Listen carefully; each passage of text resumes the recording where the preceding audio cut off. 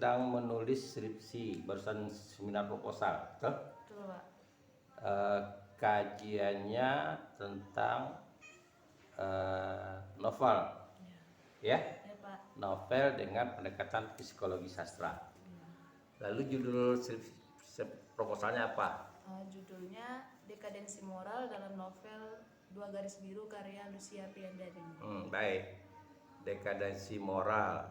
Nah, ini kan banyak orang tidak tahu istilah dekadensi moral. Nah, apa yang dimaksud dekadensi moral itu menurut Fitri? Dekadensi moral itu di mana peristiwa kemerosotan moral, Pak.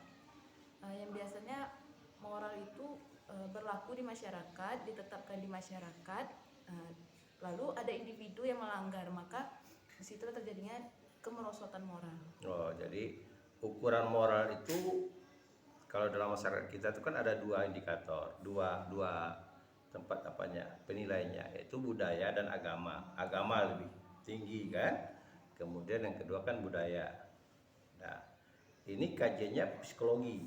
Iya, Pak. Nah, sekarang kenapa Fitri mengambil Dua Garis Biru? Dan itu novel ya? Iya, Pak. Novel, kenapa? Sebelumnya Fitri udah nonton juga film Dua Garis Birunya. Terus setelah menonton ternyata ada novelnya. Di dalam novel bahkan lebih banyak disebutkan tentang peristiwa-peristiwanya, lebih lengkap daripada filmnya.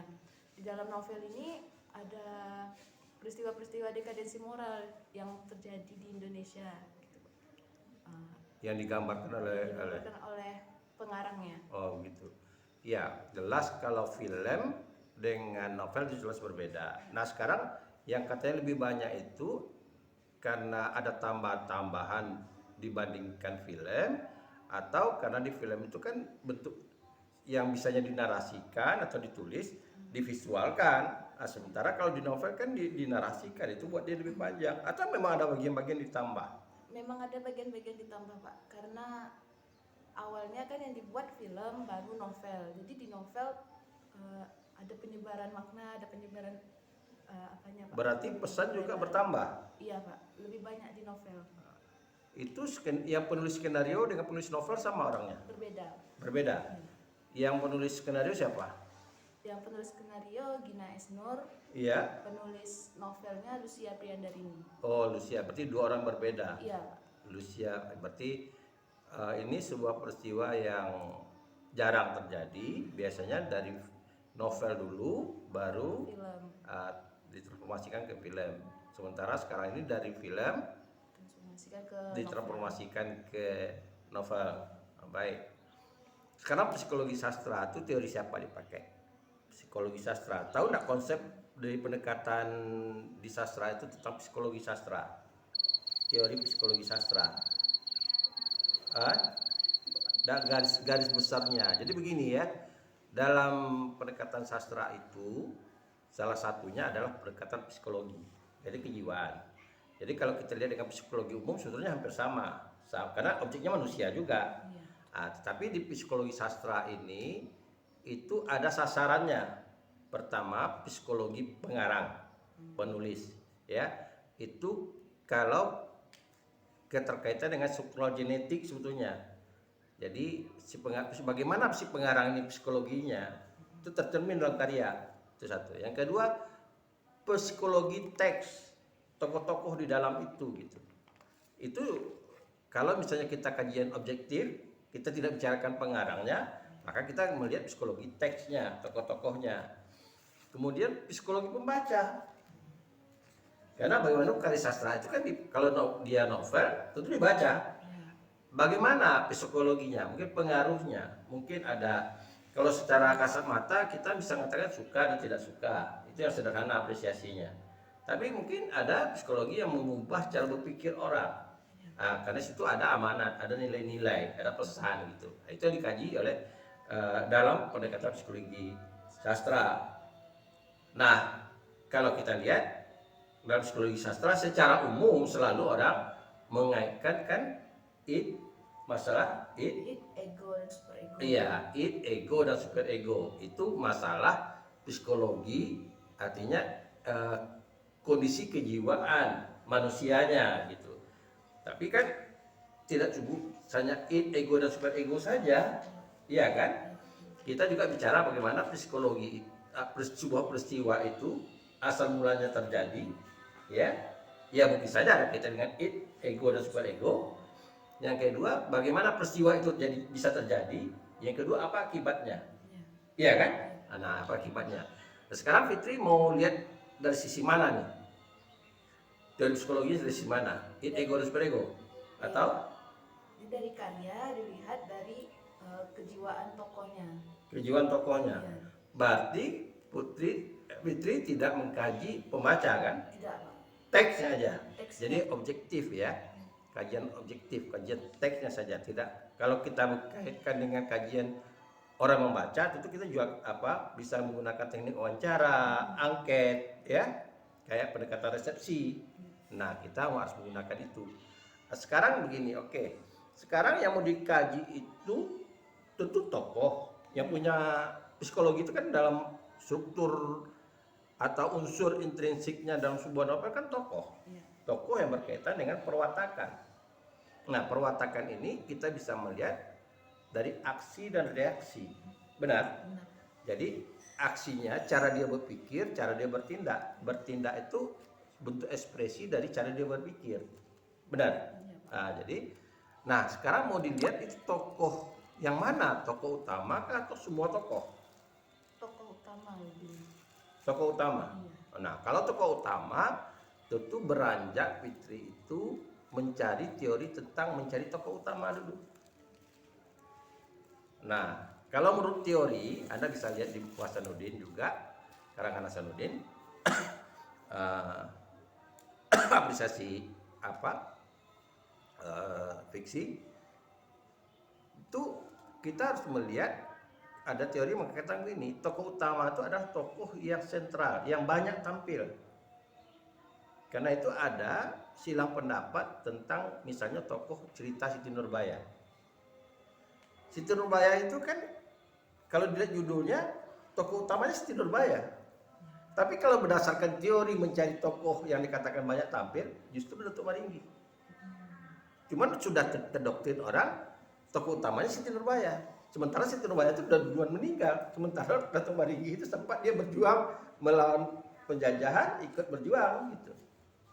Nah, sekarang mau dipakai ini tokoh utamanya, apakah memang sudah dari awal terdoktrin tokoh utama itu sebagai pelaku utama atau gimana?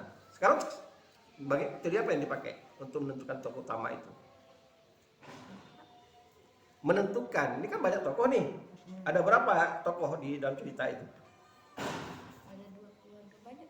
Banyak kan? Banyak. Nah, sekarang tokoh utamanya atau tokoh sentral lah kita katakan. Tokoh sentral itu ada berapa? 1 atau 2? 2. Berarti pusaran peristiwa itu pada 2 tokoh. Iya. Sepasang, Iya. remaja, Iya. laki-laki dan perempuan, kan gitu? Iya. Nah, berarti tentu psikologi kedua ini yang dilihat. Iya kan? Nah, oke. Nah, sekarang bagaimana Fitri mau melihat psikologi ini? Pada setiap alur atau pada ada mulai daripada konflik? Alur. Fitri setelah membaca kan Fitri melihat salah satu contohnya ya Pak. Iya. Si Dara ini Tokoh perempuan, si Dara.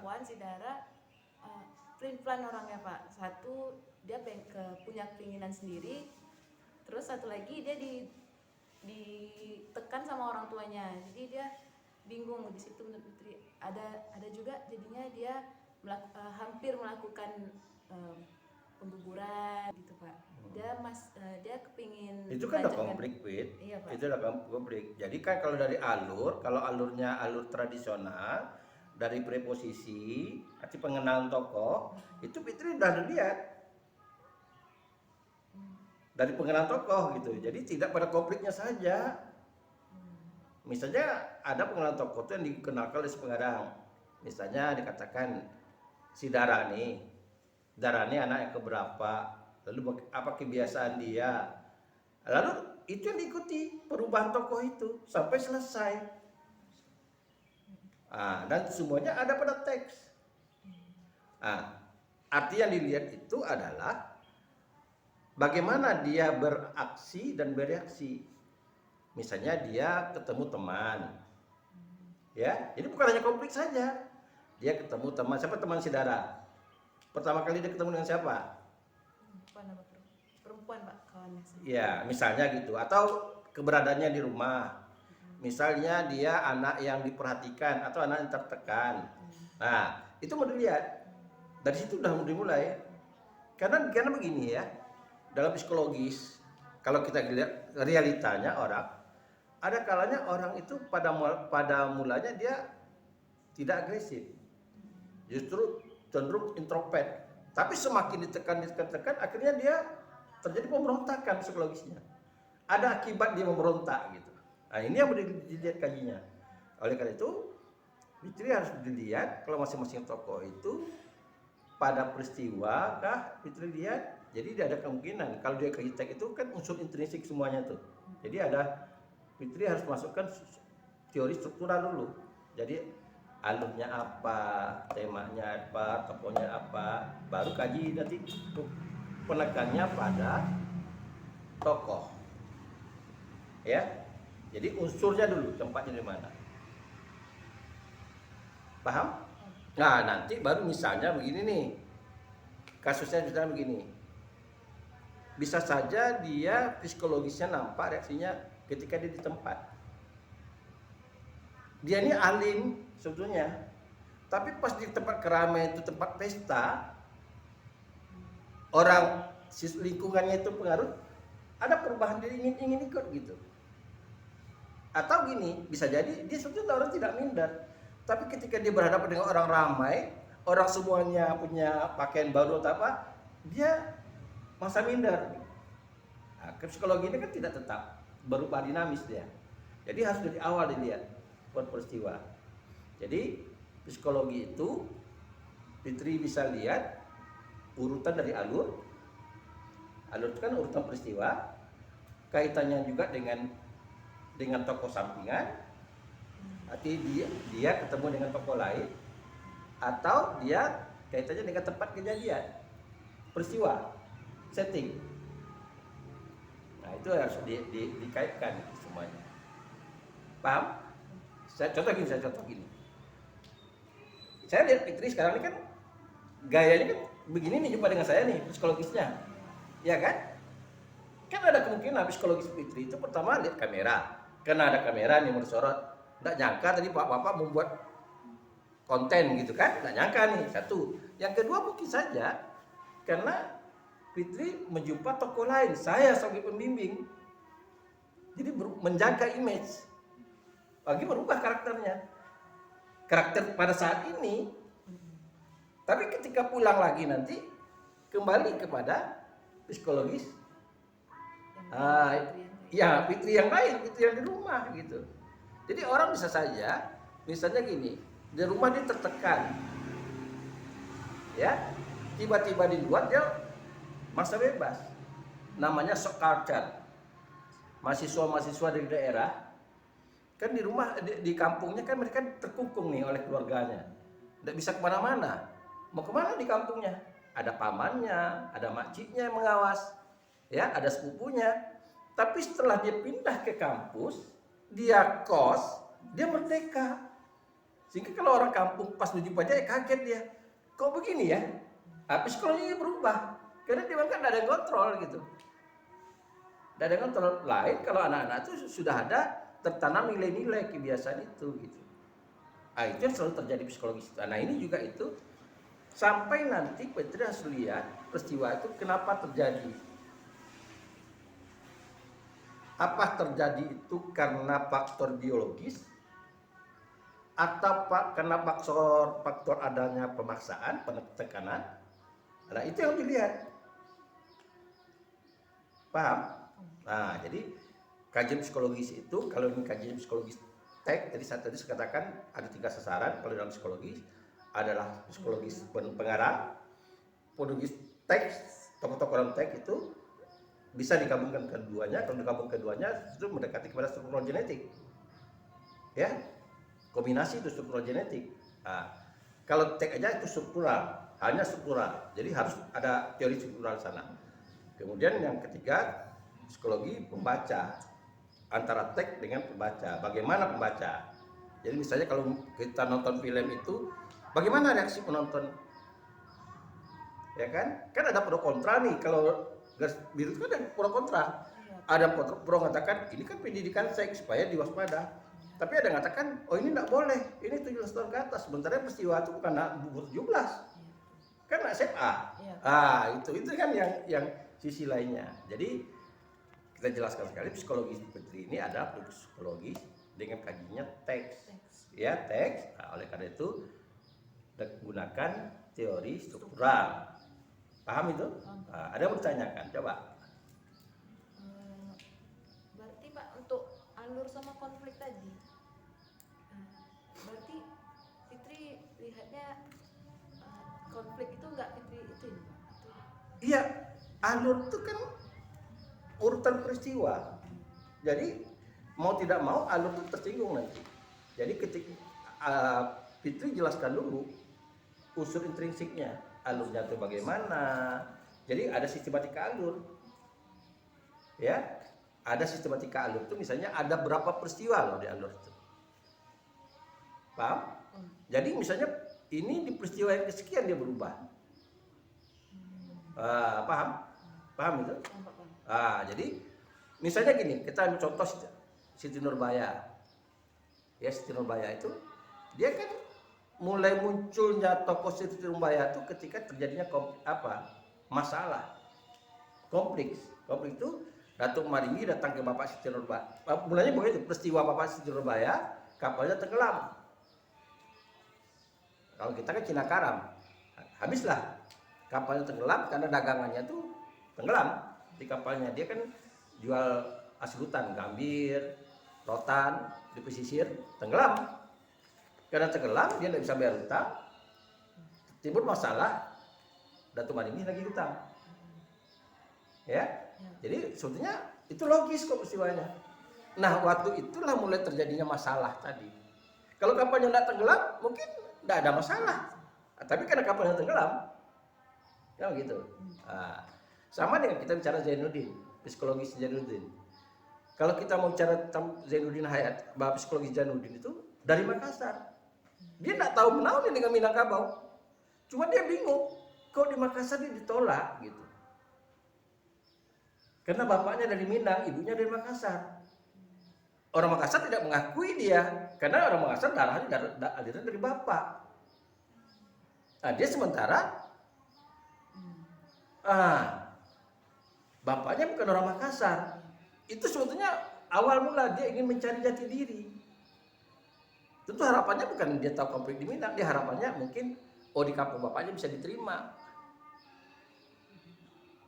Kan begitu asal mulanya. Timbul persoalannya, mulanya nggak ada masalah. Dia ketemu Hayati, tapi setelah terjadi itu orang melihat sisi ini, aneh kan jadi konflik. Satu sisi dia mencintai, itu tadi. Tapi satu sisi lain, keluarga Hayati mulai membenci dia. Akhirnya dia lari keluar dari Batipu, belajar agama. Ya kan? Ini lagi kalau kita lihat psikologinya Hayati, ketika dia, nah kan kadang-kadang begitu, orang terkadang begini, semakin dilakukan semakin kuat.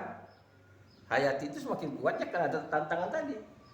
Tapi setelah berpisah, toh nyatanya Hayati ketika jumpa dengan Zainuddin sebenarnya berubah. Kenapa? Ada rentang waktu, ada orang lain yang mengerti psikologinya, yaitu adik si Aziz. Itu. Jadi kita lihat peristiwa-peristiwanya. Kenapa terjadi begini? Kenapa terjadi begini? Jadi sebetulnya belajar sastra itu kita belajar kehidupan. Seandainya nanti di kenyataannya Fitri jumpa entah mungkin keluarga atau kawan minta konsultasi gitu, peristiwanya hampir sama seperti itu, Fitri bisa melihat, oh ini asal mulanya dari sini, gimana solusi yang bagusnya. Novel tidak mungkin diubah, peristiwanya udah jadi, Tapi yang kita belajar psikologis ini, kalau terjadi sebelum peristiwa itu terjadi, baru pada tingkat awal nih, sebelum terjadinya hubungan terlarang, kita kan udah harus antisipasi, ya kan? Gejala terjadinya apa? Misalnya dia berada di satu ruangan, di satu kamar, laki-laki dan perempuan, tidak ada yang kontrol. Apa yang harus kita waspadai? Itu pelajaran sebetulnya. Kalau kita biarkan sepasang laki-laki perempuan di satu ruangan, bisa terjadi. Oleh karena itu, bisa apa? Misalnya kita harus ada pembatasan tamu, ya kan? Yang datang itu kan ada tamu. Tamu itu ada dua, tamu yang batasannya di ruang tamu. Tapi kalau udah masuk dia ke ruang makan, itu tamu udah ibaratnya keluarga, ya. Kalau udah bisa numpang di rumah, itu udah keluarga dekat. Itu kan ada tahapan-tahapan itu psikologis itu. Di tradisi itu yang harus dipelajari. Kenapa ini terjadi gitu? Mungkin di dalam itu tidak secara eksplisit, tapi kita menganalisa. Saya tanya Fitri sekarang. Kau udah baca novelnya nih? Sudah. Ya. Berapa kali tokoh laki-laki dan tokoh perempuan itu bersama-sama? Di ruang publik dan di luar publik. Di ruang publik itu misalnya dia jalan-jalan kan di luar publik, di ruang publik itu. Di sekolah itu kan di ruang publik. Sering atau? Lebih sering mereka di luar publik, di publik, Pak. Iya, di ruang publik kan. Ya. Kemudian berapa kali dia di rumah yang dihadiri oleh keluarga perempuan? 3 kali mungkin ada. Ada, berarti ketika dia berada di rumah ada keluarga si perempuan. Yang biasa hadir itu siapa? Kedua orang tua perempuan. Lalu kenapa si laki-laki ini bisa masuk kamar? Itu awalnya memang kedua orang tuanya kerja, Pak. Kan berarti itu. Iya. Orang tuanya kosong. Rumahnya kosong, tapi anak perempuannya bisa masuk ke rumah, menerima laki-laki. Berarti kan itu membuat peristiwa. Itu yang dikatakan, yang di-warningkan dalam amanat secara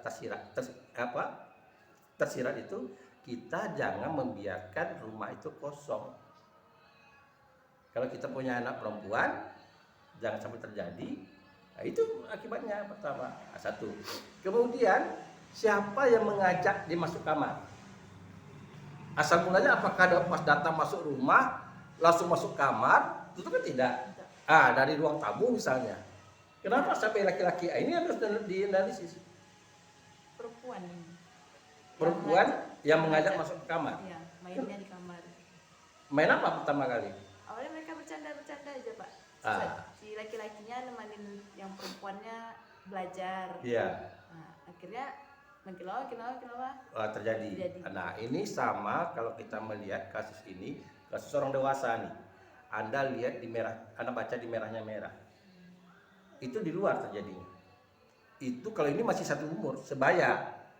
Merahnya merah itu pas mau menjelang maghrib gelap, si Vivi, anak angkat janda tua gelandangan, namanya Maria, dia dengan tokoh utama, dia manja sekali karena dia tokoh utama itu dengan Maria ada hubungan kayak pacaran gitu. Jadi pas sore hari itu dia minta sama tokoh kita itu menangkap binatang kunang-kunang. Tahu binatang kunang? Tahu? Yang bercahaya ekor itu. Iya. Lalu mereka berlari. Memang tidak digambarkan secara vulgar gitu. Akhirnya terjadi hubungan badan. Jadi sama kasusnya seperti itu. Peristiwa itu gitu. Yang satu di luar, merahnya merah, yang ini di dalam kamar. Oleh karena itu, apa kejadian psikologisnya tadi? Psikologisnya anak itu yang secara itu bisa diambil dari teori psikologis, diskusi tokoh. Kalau orang udah satu ruangan, kesannya gitu. Jadi pikiran ini terpengaruh gitu. Kenapa lagi satu kamar? Kan semua bebas. Kamar, namanya kamar itu kan orang bebas, bisa tukar pakaian atau apa. Tapi kalau ada orang lain itu akhirnya kebebasan itu dikasihnya ke orang lain. Itu psikologisnya. ya kan? Jadi kalau misalnya mereka di rumah masih di ruang tamu, mungkin saja itu bisa tidak terjadi karena ada batasan ruang tamu. Statusnya dia sudah laki-laki masih tamu. Nah itu kajian. Maksud saya kajian putri analisisnya yang harus mendalam seperti itu. Itu tadi peristiwa tadi, alur cerita, peristiwa, sehingga berubah jadi karakter. Nah, saya tanya sekarang, itu kan sekilas. Bagaimana dengan di keluarga perempuan yang pendidikan agamanya? Ada enggak menggambarkan pendidikan agama? Tidak. Enggak ada. Kan di situ. Orang tuanya ini orang sibuk, orang berpendidikan tidak. Yang ibunya ya, bapaknya kurang lebih. Ah, itu tadi. Berarti pimpinan keluarganya itu. Nah, karena kan kalau ibu kan lebih memanjakan anak. Ya kan? Nah, beda kan? Kalau dalam agama kita, kalau Islam kan ar-rijalu qawwamun 'alan nisa, laki-laki itu kan pemimpin gitu. Jadi mungkin salah satu tadi selalu dibela oleh ibu mungkin. Saya nggak tahu ceritanya gitu. Nah, ini yang harus dipahami psikologis itu. Jadi Fitri itu ketika mengkaji secara psikologis itu, ya kita nonton gitu. Ibarat orang nonton main bola, penonton kan lebih hebat daripada pemain. Oh ini kenapa ada oper sini, ini kenapa ada begini, oh ini kenapa begini, akhirnya gitu. Kita juga psikologis gitu juga, kita sebagai pengamat, oh ini mungkin akibatnya karena ini. Dan tetap berkaitan dengan tadi, saya katakan tadi, kenapa saya katakan kok di kamar, settingnya mempengaruhi, setting waktu, ya setting tempat, dia hanya berdua di kamar, paham? Nah, kita misalnya nih maaf nih, saya dosen, itu mahasiswa, kita berdua nggak ada orang, tapi di ruang tamu ada lagi kamera, kan mungkin terjadi, paham? Nah, jadi itu kajian psikologisnya, dan mudah-mudahan ini bisa mengerti dan Fitri bisa selesaikan studinya. Saya mudah-mudahan konten kita ini untuk untuk lebih pahamnya mahasiswa yang sedang belajar teori sastra sekarang, kita akan bicara tentang psikologi sastra. Jadi salah satu contohnya begitu. Jadi kalau kajiannya teks, kaitkanlah, mulai bicarakan nih alurnya bagaimana. Jadi buat juga sistematik alur, nih alurnya begini. Jadi nanti kalau bicarakan ini di peristiwa yang kesekian terjadi, paham? Misalnya di peristiwa yang keberapa terjadi pertemuan antara tokoh laki-laki dengan tokoh perempuan. Ada apakah sengaja pertemuannya dikenalkan orang sengaja atau secara kebetulan? Maksudnya kebetulannya kayak ada Hayati tadi. Hayati dengan Zainuddin kan kebetulan. Hari hujan, Hayati berteduh, Zainuddin berteduh. Kalau Hamka selalu bicara tentang kebetulan gitu. Kebetulan akhirnya Zainuddin anaknya baik, jantannya Hayati pulang dengan berpayungkan daun pisang. Tapi setelah itu dia meminjam sesuatu pada Hayati. Secara psikologis kan tahu, kalau orang udah pinjam, biasanya kan membalikkan, jadi ada kesempatan. Nah itu psikologisnya. Kalau ada satu orang pinjam, kalau kita tidak mau terima dia, dua kemungkinan, beri aja atau jangan dikasih. Ya. Tapi kalau kita terbuka sama dia, kita pinjam, dia pinjam, kita kembalikan, berarti kita memberikan kesempatan bagi dia secara psikologis untuk dia datang memulangkan. Nah itu psikologisnya. Ya, nah, jadi kita harus banyak diskusi, mengkaji ini peristiwa ini gimana nih jadinya gitu. Kalau saya sekarang susun dulu unsur intrinsipnya, sehingga unsur intrinsip tak bisa disusun kalau tidak dibaca novel. Jadi alurnya, tempatnya di mana saja gitu. Di peristiwa ini bisa saja digabung, peristiwa ini tempatnya di sini, waktunya di sini. Paham? Bisa juga persoalan bukan pada tempat tapi pada waktu. Bisa jadi. Bukan pada tempat tapi pada peristiwa. Ada orang nih ceritanya ini real nih saya katakan. Guru, terjadi betul guru. Sungai Pagar. Dia biasa nonton numpang pada hari Minggu mobil balap. Dia ngajar di sini. Jadi kalau hari Jumat sore dia pulang. Jadi kalau nanti hari Minggu dia menghemat ongkos, stop mobil-mobil perah-perah itu dia numpang, nggak bayar kan? Ya. Satu hari dia sial, dia stop mobil balap, dia naik. Ini perempuan nih, guru. Tahu-tahu karena hari hujan atau mendung gitu, supirnya bertiga mobil di jalan. Dikatanya pura-pura mobil rusak. Apa terjadi? Dia perkosa tuh guru. Dia perkosa, dia tidak lari, tetap dihantarkan ke Pekanbaru.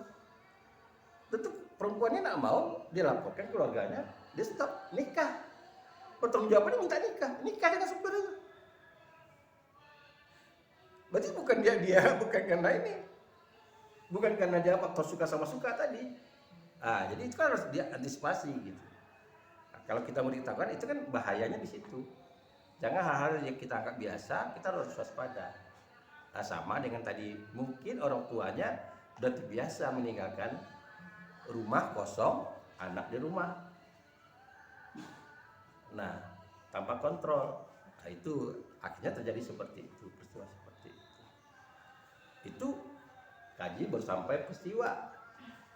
Setelah peristiwa terjadi, siapa yang tahu dulu?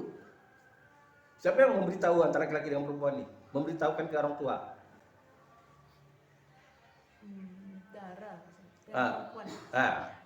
Ke siapa dia beritahu dulu? Ke bapaknya, ke ibunya? Pasti ke ibunya biasanya. Dia taunya karena kemarin yang saya baca itu Pak, si Dara ini kena bola pusing, Iya. jadi dia di UKS. Iya. Yang tahu lebih dulu itu gurunya sebenarnya Pak, dari melihat perilaku si Dara. Iya. Nah, gurunya tahu, akhirnya gurunya manggil orang tuanya. Iya. Disitulah mereka cerita. Jadi di ruang UKS. Kecurigaan gurunya. Iya. Nah, itu tadi kan arti bukan pengakuannya dia. Bukan pengakuan. Nah, berarti si pengarang ini membuat sesuatu yang sifatnya efek kebetulan. Ya. Kan bukan secara secara normal. Normal kan dia ngaku, tahu jadi begini, misalnya dia udah tes misalnya tahu. Ini kan tidak. Ada insiden gitu, ada kasus gitu. Akhirnya gurunya beritahu, akhirnya dia desak ngaku kan begitu. Iya. Jadi itu kita bisa lihat cara pikir. Bagaimana reaksi orang tuanya waktu itu? Marah Pak, diusir langsung Daranya dari apa? Nggak pulang lagi. Daranya si Bima disuruh tanggung jawab hidup si Dara. Jadi Dara mulai dari situ langsung pindah ke rumah Bima.